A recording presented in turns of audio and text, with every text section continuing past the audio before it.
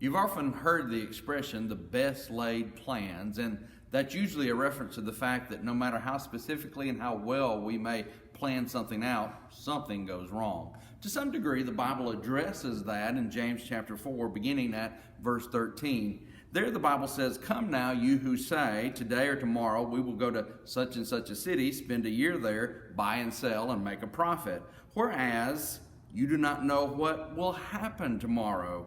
For what is your life? It is even a vapor that appears for a little time and then vanishes away. Instead, you ought to say, if the Lord wills, we shall live and do this or that. But now you boast in your arrogance. All such boasting is evil. Therefore, to him who knows to do good and does not do it, to him it is sin." The Bible tells us here about making plans and how we need to include God in our plans. Now, this text does not discourage us from making plans. What the text discourages us from doing is leaving God out of those plans.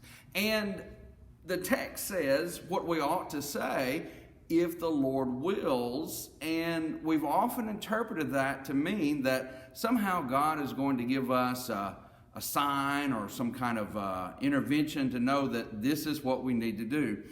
Again, that's not really the direction that it's going. The direction that it's going says, if the Lord wills, and here's three key words, we shall live and do this or that. It's not that God is so much trying to manipulate us and control every single plan that we make and control every single thing that we do, but it's just that we need to keep the perspective that God is in control and that our life depends on Him and that we answer to Him for all that we do. The problem here is not with making a profit. The problem here is perspective. Jesus talked about that in Luke chapter 12 when He told a parable about a rich farmer who made great profits and said, this is what I'm going to do. I'm going to build these barns. And there was really nothing wrong with that. But then God came to him and said, "Thou fool, this night your soul is required of you. Then whose will these things be that you provided?" You see, we need to be sure that we have the perspective that our life is just a vapor, and that when we make our plans, big or small or somewhere in between, we remember God is in control.